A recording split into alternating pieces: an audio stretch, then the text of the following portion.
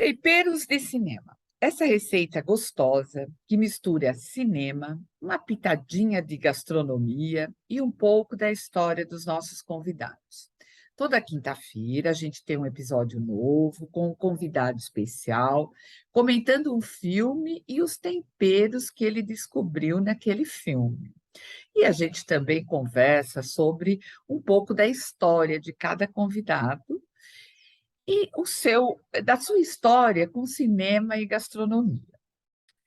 Hoje, o nosso programa será um pouco diferente. O nosso convidado hoje é o Jorge da Hora. O Jorge é chefe de cozinha, é professor de gastronomia, iniciou sua formação na Bahia e desde então vem se aperfeiçoando em várias áreas da gastronomia. É pós-graduado, é mestrando, e entre outras coisas, ele tem um artigo sobre a importância da influência africana na formação da cozinha brasileira. Muito interessante, né? Agora, além de tudo isso, ele também adora cinema. Jorge, seja muito bem-vindo. É um grande prazer receber você no Temperos de Cinema. Olá, minha querida. O prazer é todo meu, né? Poder falar de coisas que realmente eu gosto é muito interessante. Eu, particularmente, estou super feliz de poder bater esse papo com você e com todos aí que vão nos assistir. Ah, que delícia! Eu tenho certeza que vai ser muito gostoso. Então, hoje, como eu disse, o programa tem um formato especial. A gente vai explorar um pouco o Jorge. Ele não vai comentar um filme, ele vai falar de alguns filmes que marcaram a vida dele. E com isso, a gente vai fazer uma viagem nos temperos que esses filmes inspiraram nele. Esses filmes são Amor Além da Vida, Homem-Aranha, O Tempero da Vida, Procura da Felicidade, A Corrente do Bem, O Veneno Está na Mesa, Dona Flor e Seus Dois Maridos, Vatel e Um Banquete para o Rei, Ratatouille e A 100 Passos de um Sonho. Jorge, conta pra gente o que esses filmes têm de especial, que eles significam tanto para você.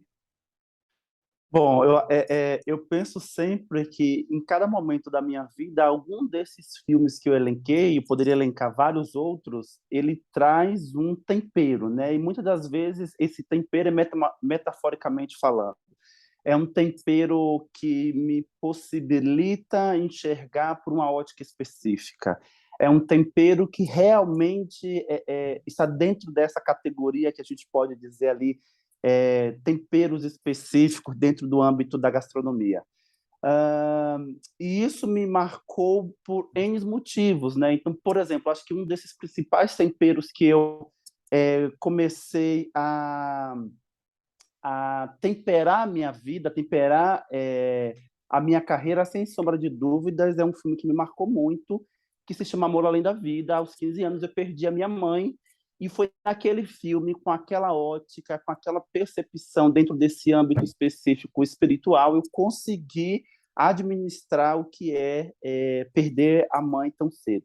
Embora eu tivesse super amparado pela minha avó materna e a minha tia, que é irmã dessa minha mãe, ali foi um grande divisor de águas, pensar que aos 15 anos, com dois irmãos, sendo mais velho, eu precisava articular quem seria Jorge da Hora, do qual hoje vocês vão conhecer um pouco. Então, esse primeiro filme aí tem esse primeiro tempero, temperar a sua vida a partir dessa,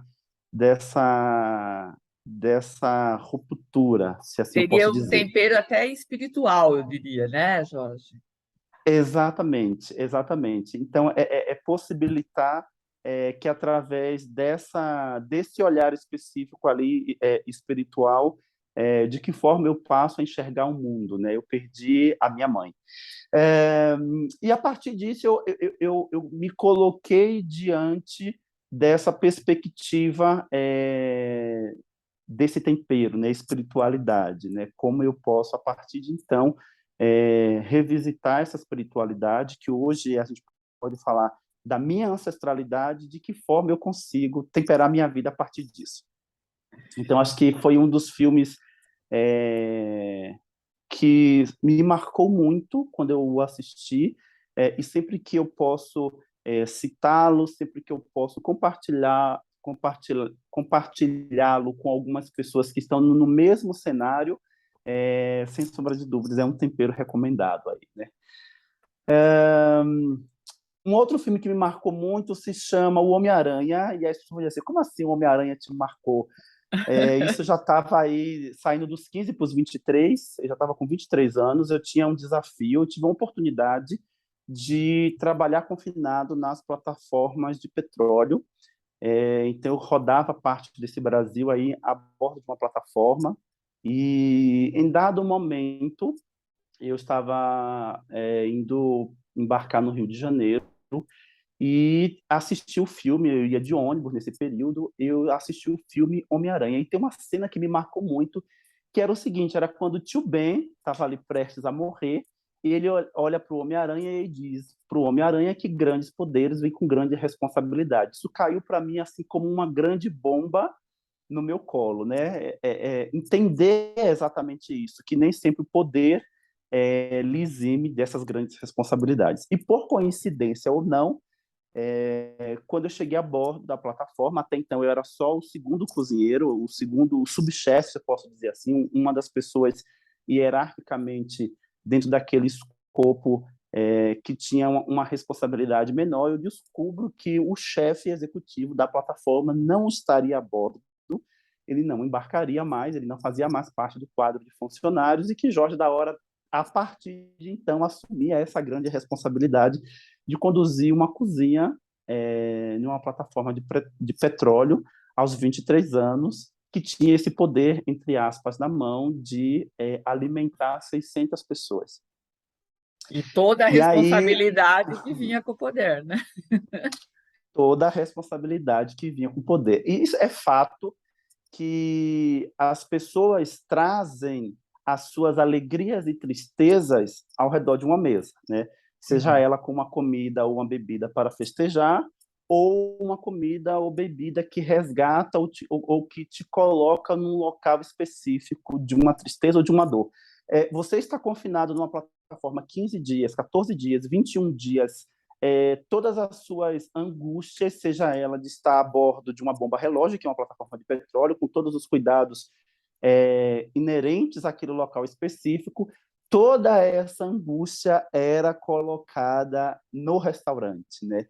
Eu precisava entender que as pessoas tinham ali em mim alguém que pudesse diminuir essa dor, diminuir essa saudade, diminuir é, essa angústia de estar ali a bordo. Então, assim, realmente era um poder, hierarquicamente falando, naquele ambiente, mas que tinha ali uma responsabilidade absurda, né? Nesse período específico, eu assisti aquele filme O Tempero da Vida, né? Maravilhoso. Dentro desse filme Tempero da Vida, eu consegui ter a percepção que eu poderia chegar a essas pessoas utilizando alguns dos condimentos, e isso a gente observa aí no livro do Brilhança Varran.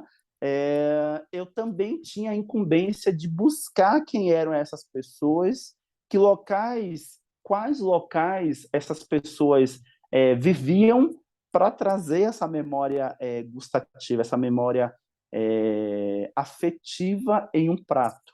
E eu estava a bordo com uma tripulação de pessoas do Brasil inteiro. Boa parte delas eram do Nordeste, mas outras nem tanto. Então, como que eu consigo, através dessa alimentação, deixar essa pessoa feliz, né? Então, esse filme me incentivou muito a olhar o próximo, né? Então, eu não assinava muitas das vezes um cardápio unicamente pelo gosto do chefe, ou pela técnica, ou pela nobreza do alimento específico, mas esse mesmo alimento ele precisava conversar com as pessoas de forma particular.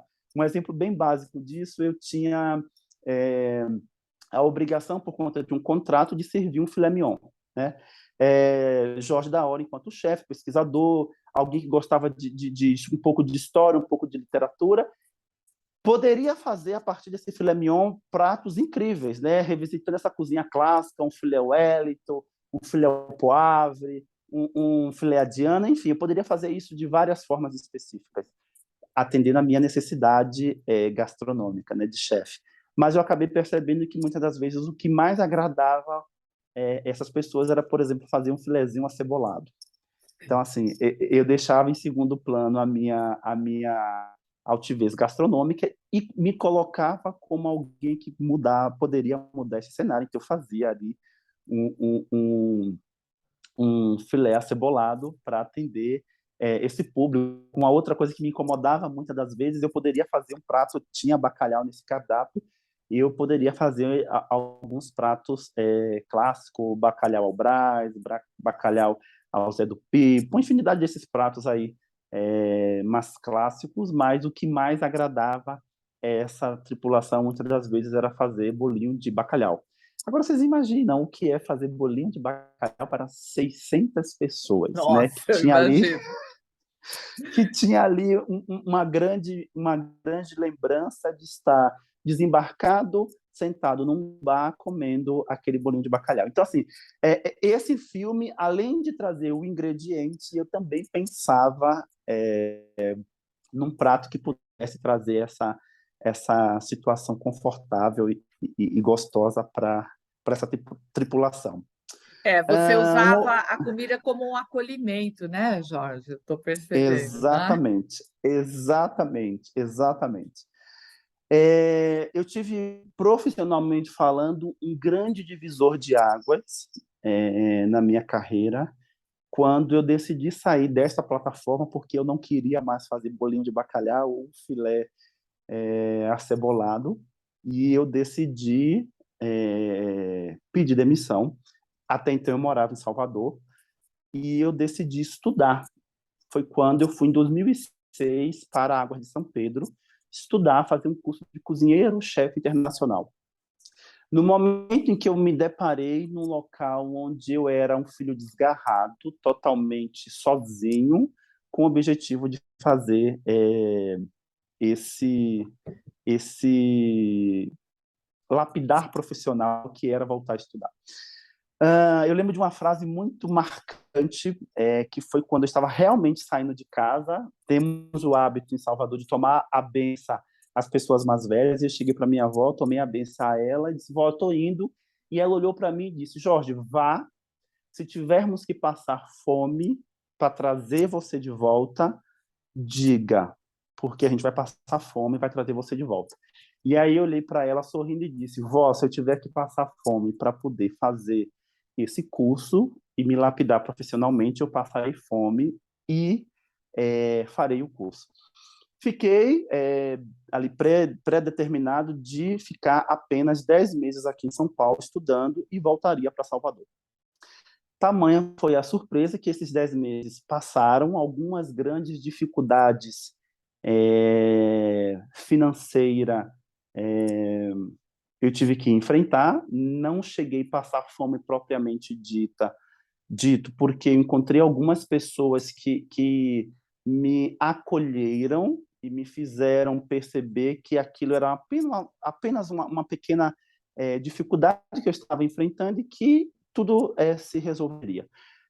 No momento específico ali desse filme, desse marco da minha trajetória, surge um grande filme que se chama A Procura da Felicidade.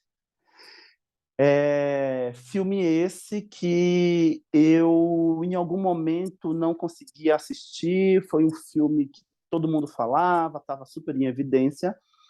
E antes mesmo de terminar o curso, o próprio Senac me convidou para ser funcionário.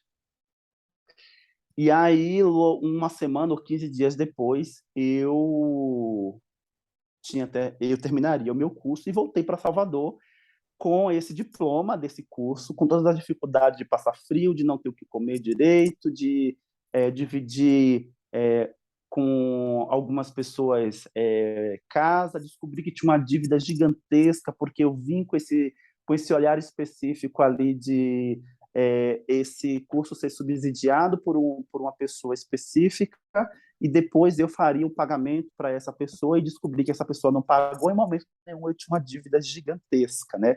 O diretor, Nossa. quando me deu essa notícia, ele chegou para mim e disse: Jorge, você tem uma dívida de um carro popular. Isso faz 16 anos, na época girava em torno de uns 20 mil reais.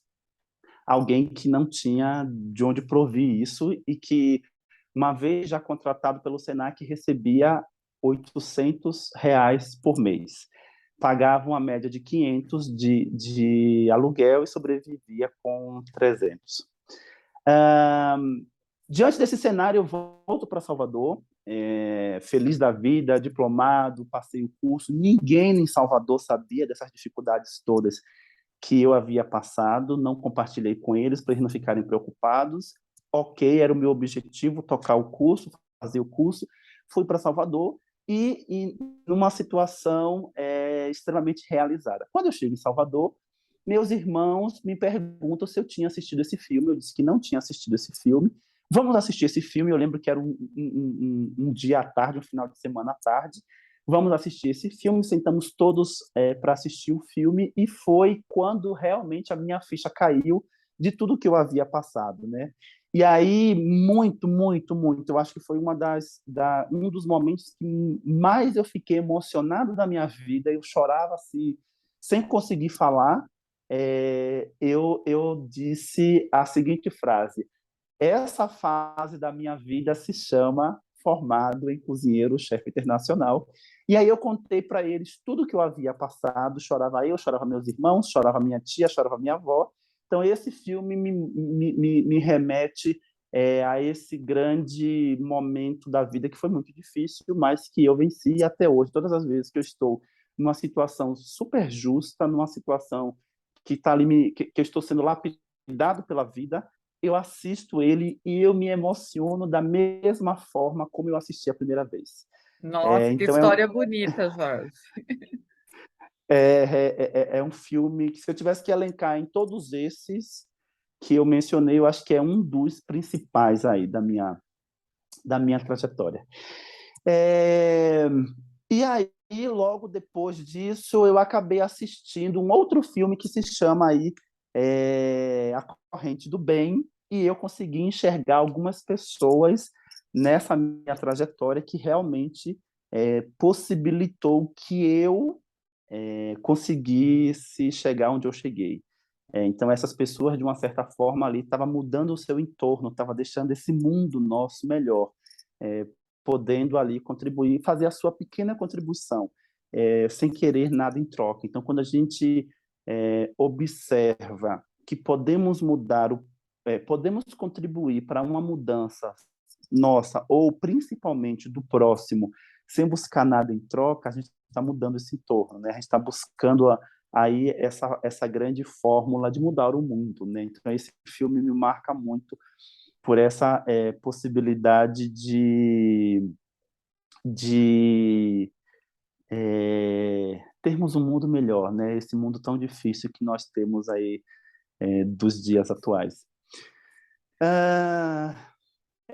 Dentro desse contexto, de modo geral, falando de outros filmes, tem um que eu acho que é um pouco mais recente, um filme que se chama O Veneno Está à Mesa, e aí traz uma grande perspectiva de realmente observar o que comemos, né? Que alimentação eu coloco no meu prato, né? Que fonte que eu ancoro a minha vida alimentar, né? Somos um país aí que mais utiliza agrotóxicos na nossa alimentação, né? Então, assim, essa metáfora que diz o veneno está à mesa é exatamente uma, uma, uma forma de revisitarmos hábitos alimentares que temos, né? E com isso eu não estou fazendo nenhuma apologia específica para ser dentro de um nicho específico. Seja isso, seja aquilo, seja isso, seja aquilo. Coma só isso, coma só aquilo, né? Compre de tal fornecedor específico. Mas observarmos que dentro de uma fatia específica daquilo que é possível fazermos, vamos observar o que realmente é esse veneno, de que forma eu posso é, melhorar, né, a minha vida, a minha saúde, o meu entorno. Acho que muitas das vezes, muito complicado falarmos, e algumas pessoas podem cair num local específico de refletir o seguinte, de comer comida ultraprocessada ou de comer uma comida muito industrializada, né? Muitas pessoas, ou uma fatia considerável da nossa sociedade, só tem isso para se alimentar, né? É, Muitas famílias têm apenas salsicha, muitas famílias têm apenas nuggets, muitas famílias têm apenas hambúrguer, não é um hambúrguer gourmet, muitas famílias têm alguns enlatados e vivem em cima disso e estão felizes por isso, porque tem uma outra grande fatia que nem isso tem. exatamente. É. Então, quando eu traço essa reflexão do veneno está à mesa, não estou ali tentando colocar ninguém em evidência, né? Muito pelo contrário, é revisitar o entorno daquilo que eu tenho acesso, daquilo que eu posso me beneficiar. Eu lembro que quando eu assumi aqui em São Paulo, um dos meus grandes desafios, uma vez trabalhando numa instituição que era única exclusivamente para passar 10 meses, eu completo agora em novembro de 2022, 16 anos dentro dessa instituição, e um grande desafio foi poder assumir uma cozinha de um hotel escola, dos hotéis escola do Senac, que está aí entre os 25 melhores hotéis de luxo para se visitar da América Latina. Eu tive a oportunidade de pensar como abordar a cozinha brasileira, né?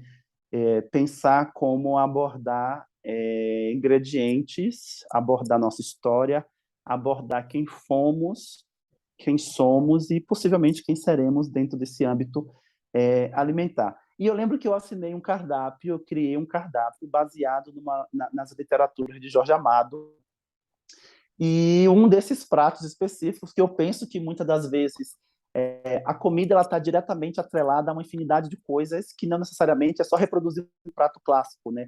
A literatura caminha junto com essa gastronomia, o cinema caminha junto com essa gastronomia, e um dos livros, um dos olhares específicos ali que eu desenhei, é próximo do centenário de Jorge Amado, foi resgatar pratos típicos que ele narrava em alguns dos seus livros. E um Olha, desses que pratos e, interessante. e desses pratos eu trouxe o Dona Flor e seus dois maridos, um clássico dessa literatura, um clássico desse filme, né, do Do cinema em cinema si, brasileiro, foi um clássico, uma das maiores bilheterias do cinema brasileiro, né? exatamente. E aí eu reproduzi uma muqueca. Muqueca é essa que era é, um dos trechos, dos capítulos, eu não sei especificamente dizer ali, uma parte da narrativa do próprio livro ou do próprio Filme. filme, do próprio filme em si. Então, eu trouxe ali esse, essa receita clássica que é a muqueca narrada por ele. Inclusive, tem um livro específico da Paloma Amado, onde livro esse que ela conseguiu trazer ou compilar essa gastronomia do Jorge Amado, da sua literatura, neste livro específico. Então, é muito gostoso poder entender isso, participar disso. Hoje mesmo eu recebi um livro que é um livro onde o neto do Oswald de Andrade compila gastronomia, os pratos em que ele gostava, ou que ele, em algum momento, escreveu ali. Isso está compilado num livro muito interessante, que eu estou super ávido para degustá-lo. Então, assim, não só pelo cinema, mas pela literatura, a gente também consegue temperar a nossa vida fazendo, de fato, reproduzindo esses pratos, mas consumindo aquilo que eu costumo dizer que é comer cultura, né? Então, Nossa, comer essa cultura do livro ou comer essa cultura é, do próprio cinema. E quando a gente fala com esse olhar específico de comer esse livro ou comer essa cultura, dois clássicos eu acho que é importante. Eu acho que Vatel é um deles, né, que mostra essa história, que mostra essa gastronomia, que mostra essa cultura, e a Festa de Babette como esse marco cultural aí dessa dedicação e desse amor pela, pela gastronomia. sim, sim. Nesses filmes, a comida faz parte do roteiro, né? Ela é assim, É, ela é um elemento ali dentro da história, tudo que eu costumo dizer que é quase um personagem do filme, né? exatamente, exatamente. E aí, de forma um pouquinho mais moderna, mais jovem, mais recente, é, essa grande referência aí foi Ratatouille, Sim, que resgata aí esse prato clássico, mas por trás disso eu digo que tem um grande tempero que é, e um grande convite que é revisitar aquilo que me coloca num lugar feliz, né? O famoso comfort food, que temos muitas das vezes essa memória incomparável ou muitas das vezes inenarrável, da qual a gente consegue fazer conexões para que as pessoas cheguem em lugares ímpares da vida.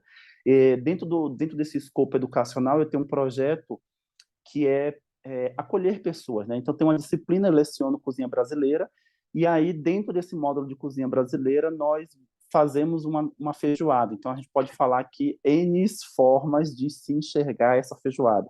Seja ela pelo um prato típico brasileiro, seja ela pelo um prato que nasceu pelas necessidades específicas, um prato que conversa com religião, um prato que conversa com festividade, como, por exemplo, samba, né?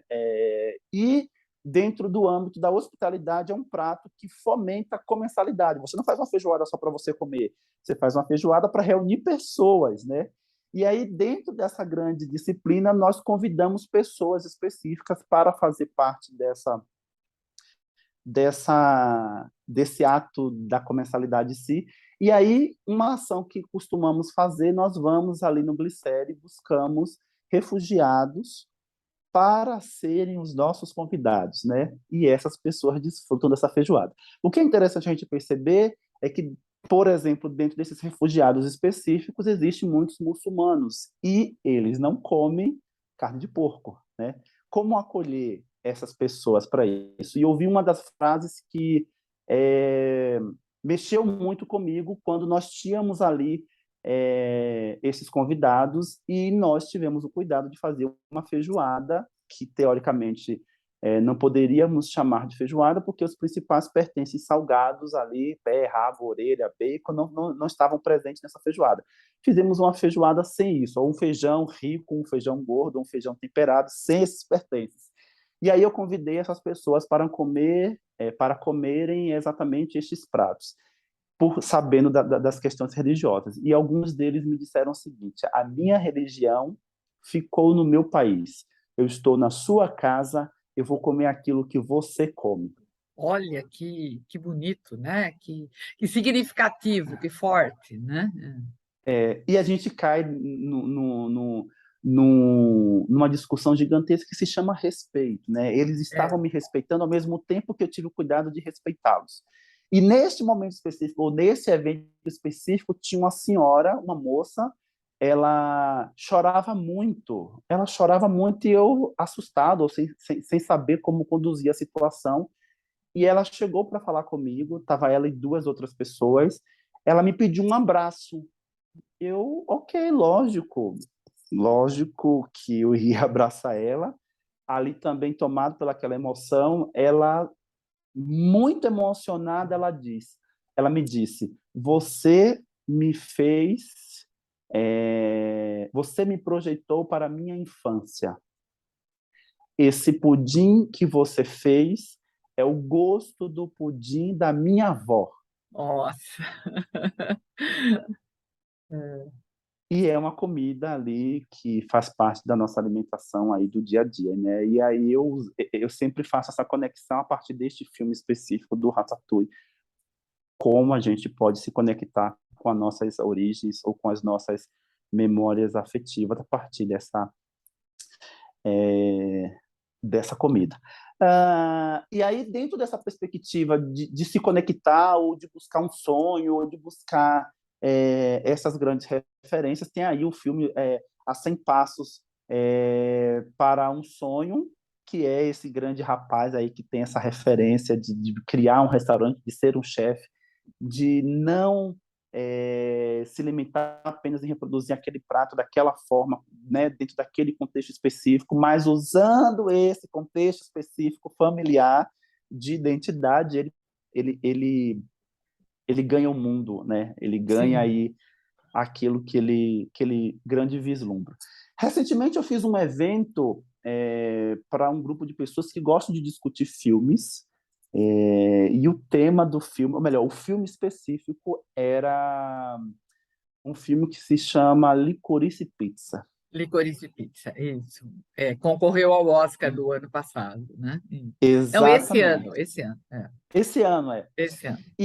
E é muito interessante porque eu tentei, dadas as proporções, fazer uma leitura do filme, eu, Jorge da Hora, chefe, fazendo ali uma leitura de como representar as cenas daquele filme, mas eu tive todo o cuidado do mundo de reproduzir um dos pratos de forma fiel e digna, que é o filé Salisbury. E que, para mim, foi uma grande surpresa poder representar este evento, fazendo este prato de forma o mais tradicional possível. Fui buscar pessoas que realmente o faz e que tinha ali alguns cuidados específicos para fazê-lo. Então, assim, eu acho que o cinema nos projeta para uma dimensão inenarrável, não só pela história, mas pelo ingrediente, pela comida, pela bebida, pelo cenário, pelo grande roteiro que é esse filme, né? Essa gastronomia e o cinema nos projeta nisso. Então, isso é maravilhoso, é uma combinação perfeita, poder assistir um filme, discutir um filme e ainda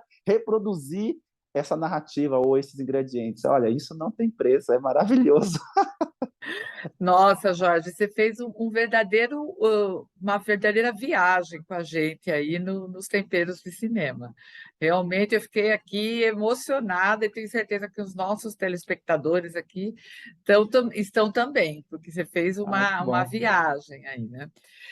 Jorge, depois desse papo maravilhoso, desse resumo que você fez da sua vida, da gastronomia e do cinema, a influência que teve na sua vida, você sabe que nesse programa a gente gosta de temperar cinema temperar cinema e gastronomia, misturar.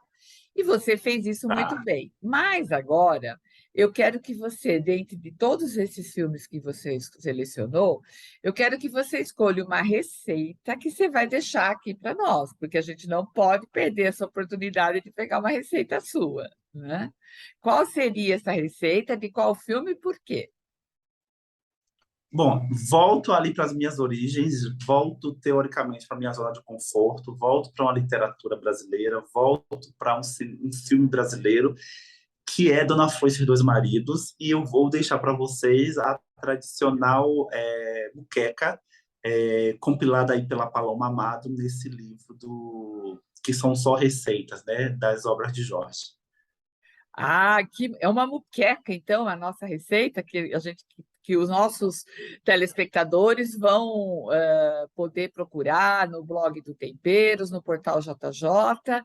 É a típica moqueca baiana. Como que é essa moqueca? É uma típica moqueca baiana, da qual ela consegue compilar ali como que essa moqueca foi feita, né? Quais são os ingredientes, alguns cuidados, algumas formas, alguns ingredientes específicos, né? Então, assim, é uma moqueca bem tradicional, que caso não tenha ali algum ingrediente específico, como por exemplo o sirimole, que eu acho que é o prato, é o ingrediente principal dessa receita ali narrada no livro compilado da literatura. Podemos fazer isso a partir de um peixe, podemos fazer isso a partir de algum frutos do mar específico, mas os temperos são indispensáveis. Então, bom leite de coco, um bom azeite de dendê. E falando em leite de coco, é muito comum a gente perceber o seguinte: no Nordeste, de modo geral, eu vou falar especificamente ali em Salvador, nós não temos hábito de fazer moquecas com leite de coco industrializado. Tem toda uma ritualística de pegar aquele coco seco, que tem aquela casca marrom, quebrar aquele coco, descascar ele, ralar no ralador ou triturar ele no liquidificador, espremer ele num pano, e aí a gente vai ter o melhor leite de coco da vida, que, sem sombra de dúvidas, vai fazer a melhor moqueca da vida. Então, assim, um dos temperos indispensáveis, sem sombra de dúvida, é o leite de coco e um bom azeite de dendê, né? Esse azeite de dendê de procedência que a gente encontra em lugares especializados, ou até mesmo ali para se tornar mais fácil, eu tenho uma referência mais assertiva no mercado municipal em São Paulo, encontra esse dendê feito de forma aí mais artesanal, um dendê menos refinado, um dendê mais puro. Então, tá dada aí a dica de uma moqueca de sucesso. Nossa, gente, vamos todo mundo acompanhar lá no blog do Temperos, no portal, essa receita maravilhosa do Jorge da Hora, hein? Olha, que está me dando água na boca já, já. Bom, Jorge, agora a gente faz uma pequena enquete aqui para que as pessoas possam te conhecer melhor. Eu acho que eu já sei a resposta, mas no cinema você prefere drama ou comédia? Olha, eu penso que vivemos num drama gigantesco, seja ele um drama educacional, um drama na área de saúde, um drama político, um drama econômico, um drama de segurança. Então, assim, se eu puder e tiver a opção, eu vou para a comédia. Mas não é uma comédia simplesmente para sentar e rir, mas é uma comédia que, por trás daquelas risadas, eu consiga fazer uma pequena reflexão e colocar essa reflexão em prática, né? Então, podemos aí pensar nesse âmbito. Eu acho que vou para a comédia, né? Mas cabe também, Jorge da Hora é aquela pessoa que adora assistir um romance. Então, eu transito aí em todos eles. Bom, então, de modo geral, eu prefiro assistir comédias, embora muitos dos filmes que eu elenquei aqui como filmes que me marcam a vida, de fato, são alguns dramas, mas quando eu quero dar uma relaxadinha ali, eu vou para uma comédia que eu consigo relaxar, tirar uma mensagem, utilizar essa comédia como um insight para uma discussão em sala de aula, ou até mesmo alguns destes dramas específicos, mas é um pouco disso. Eu acho que a comédia hoje me pegaria. Agora, por exemplo, pós-gravação, o que eu vou fazer? Posso assistir um filme de comédia. E o streaming ou a tela grande do cinema? A tela grande, né?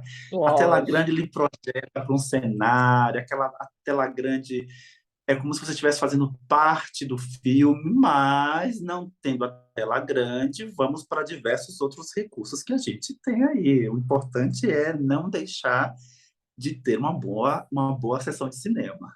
Com certeza. E para harmonizar com os temperos que você descobre, vinho ou cerveja? Olha, eu penso sempre que essa harmonização ela é muito peculiar do ambiente em que eu me encontro. Porque muitas das vezes a gente se limita ali só para aquele gosto particular e a gente já deixa de experimentar coisas diferentes, né? Seja ela aquilo que teoricamente eu gosto muito ou aquilo que teoricamente eu não gosto, né? A gente revisita um pouco dentro dessa ótica, eu não vou tomar cachaça, mas por que não? Você já parou para estudar um pouco do que é a cachaça? Ok, tem um contexto cultural brasileiro gigantesco, né? O que é essa cachaça? Quais são as nuances aromáticas que eu encontro nessa cachaça? Quais são essas nuances aromáticas históricas que eu encontro numa cerveja? Se Jorge da Hora tivesse que agora beber alguma coisa para harmonizar o nosso papo, acho que seria um vinho, né? Então eu transito, acho que um pouco mais nos vinhos, e aí eu vou falar talvez especificamente vinhos que consigam ser harmonizados com a comida e com o cinema, porque aí é o ingrediente perfeito, mas entre cerveja e vinho eu vou para os vinhos. Olha, bom, para terminar, normalmente eu costumo perguntar para as pessoas o que acham dessa mistura de temperos com cinema. Mas você já falou o que você acha, você já fez essa analogia de uma forma muito interessante. Então eu vou fazer uma pergunta diferente. Eu queria que você desse assim, baseado na sua experiência, na história que você contou, que você deixasse uma mensagem para o Temperos de Cinema, para o programa e para os nossos ouvintes. Uma mensagem do Jorge da Hora sobre temperos de cinema. Bom, o que eu poderia dizer, né? Eu vou dizer quem é o Jorge da Hora, né? Eu acho que a melhor forma de conseguir deixar essa mensagem é que as pessoas possam, através do cinema, através da comida, através da bebida, através da literatura, através da história, que as pessoas criem o hábito de poder reunir pessoas com esses temperos básicos. Então, que o cinema seja um tempero, que a história seja um tempero, que a literatura seja um tempero, que estar com o próximo seja um tempero, que poder cozinhar juntos seja um tempero e que isso vire um hábito, né? E que através, muitas das vezes, desse simples ato de comer, nós estamos nos ajudando. Através desse ato de cozinhar, a gente pode ajudar o próximo. Então, acho que é um convite, né? Eu gostaria de convidar as pessoas para que elas possam cozinhar, que elas possam discutir e que elas possam ajudar o próximo utilizando a comida e o cinema para isso.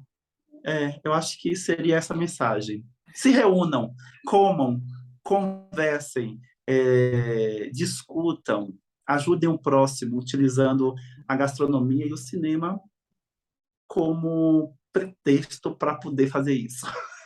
Nossa, Jorge, que coisa linda! Eu agradeço em nome de todos os nossos ouvintes.